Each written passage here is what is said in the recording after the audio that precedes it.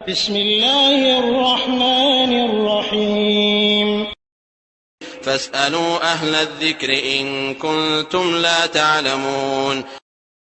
ওয়ালাইকুম আসসালাম রহমতুল্লাহ বরকাতুহ। আসলে রয়েছে 3857।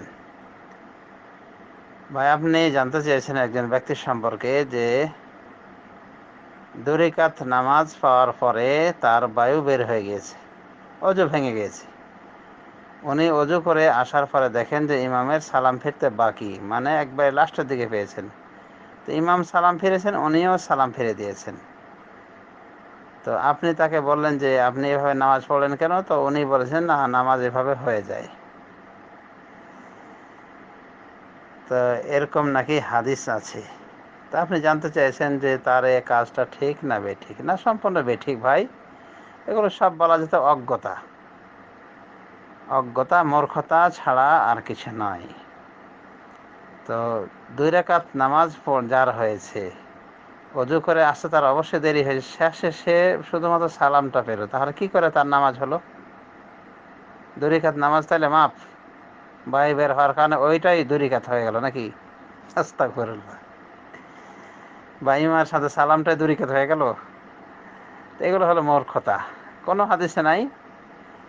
একটা জয়ীফ হাদিসে রয়েছে, আবু দাউদের হাদিস, আবু দাউদ তিরমিজিতে রয়েছে। তো সে হাদিসের ভাষ্য হলো যে যদি কেউ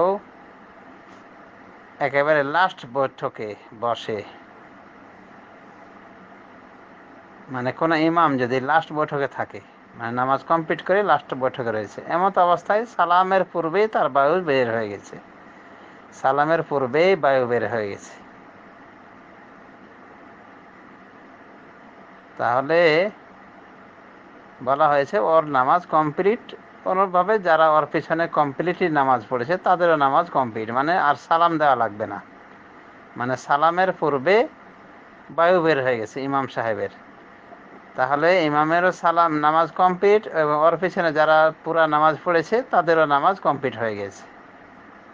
তার মানে সালাম লাগবে না, ওটাই সালাম, মানে ইমাম সাহেব যে বায়ু বের করেছেন ওটাই সালাম, হুয়া সালাম। তো এরকম একটা জয়ীফ হাদিস রয়েছে। এই জয়ীফ হাদিসের উপরে হানাফি মাযহাবের ভিত্তি। হানাফি মাযহাবের হেদায়া সহ বিভিন্ন কেতাবে, কদুরিতে বিভিন্ন কেতাবে ফতোয়া রয়েছে যে যদি কেউ নামাজ বাকায়দা কমপ্লিট করার পর শেষ বৈঠকে বসে রয়েছে, সালাম ফিরা তার বাকি, তো যদি শেষ বৈঠকে থাকাকালীন সে তার বায়ু বের হয় বা ইচ্ছা করেই বায়ু বের করে, মানে বায়ু এমনি বের, ইচ্ছা করে বায়ু বের করেছে, অথবা এমন কিছু কাজে জড়িয়ে পড়েছে যা নামাজের সম্পূর্ণ পরিপন্থী, যেমন কথাবার্তা বলা শুরু করেছে, ভাই কেমন আছেন, কত টাকা ভাড়া, ইত্যাদি।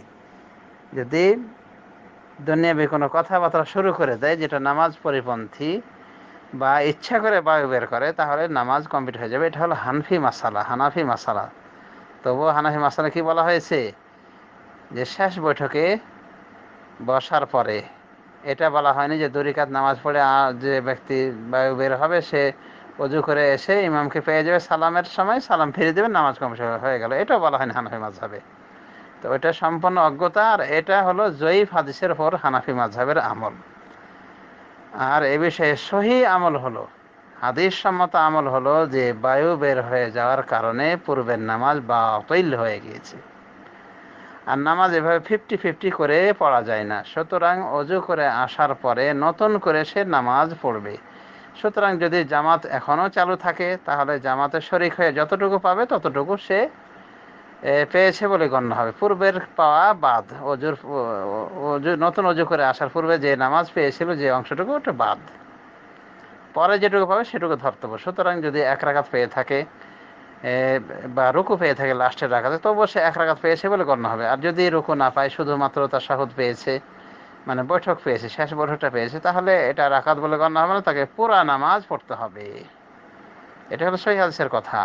বুখারী শরীফের হাদিসে রাসূলুল্লাহ সাল্লাল্লাহু আলাইহি ওয়াসাল্লাম বলেন, ইযা আহদাসা আহাদুকুম ফি লা ইয়াকবালুল্লাহু সালাতা আহাদিকুম ইযা আহদাসা হাত্তা ইয়াতাওয়াদ্দা। তোমাদের কাউরি সালাত আল্লাহ গ্রহণ করবেন না যখন সে বেওযু হয়ে যাবে, মানে অজু ভেঙে যাবে, যতক্ষণ পর্যন্ত সে অজু না করে।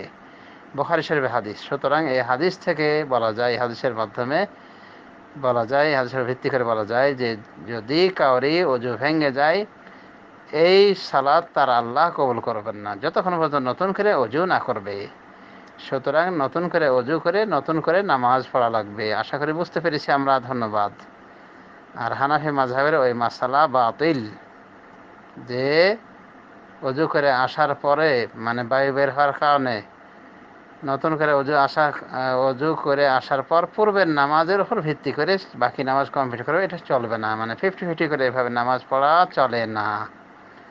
যেমন হানাফি মাসালা পূর্বে যে বলা হলো যে শেষ বৈঠকে যদি ইচ্ছা করে বায়ু বের করে অথবা ইচ্ছা করে এমন কথাবার্তা বলা শুরু করে বা এমন কর্ম শুরু করে যা নামাজের পরিপন্থী, মানে লাফালাফি দৌড়ঝাঁপ শুরু করে দিয়েছে অথবা কৌশল বিনিময় শুরু করে দিয়েছে, ভাই কেমন আছেন, কি করেন না করেন, বাড়ি কই, থাকেন কোথায়, বা ইচ্ছা করে বায়ু বের করে দেবে, হানাফি মাযহাবে নামাজ কমপ্লিট হয়ে যায়, মানে ওটাই সালাম।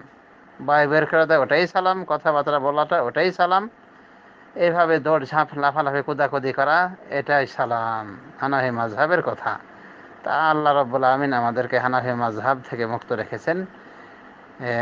তারপরে ইমাম আবু হানিফারও কথা যে সহিহ হাদিস ফাহুয়া মাযহাবি, হাদিস সহিহ হলে ওটা আমার মাযহাব। আর সহিহ হাদিস আমরা পেলাম যে না, অজু ভেঙে গেলে অজু পুনরায় করে নামাজ নতুন করে পড়তে হবে। হাযা বিল্লাহি তৌফিক ওয়া সাল্লাল্লাহু আলা নবিয়িনা মুহাম্মদ ওয়া আলা আলিহি ওয়া সাহবিহি আজমাইন। আসসালামু আলাইকুম ওয়া রাহমাতুল্লাহি ওয়া বারাকাতুহু।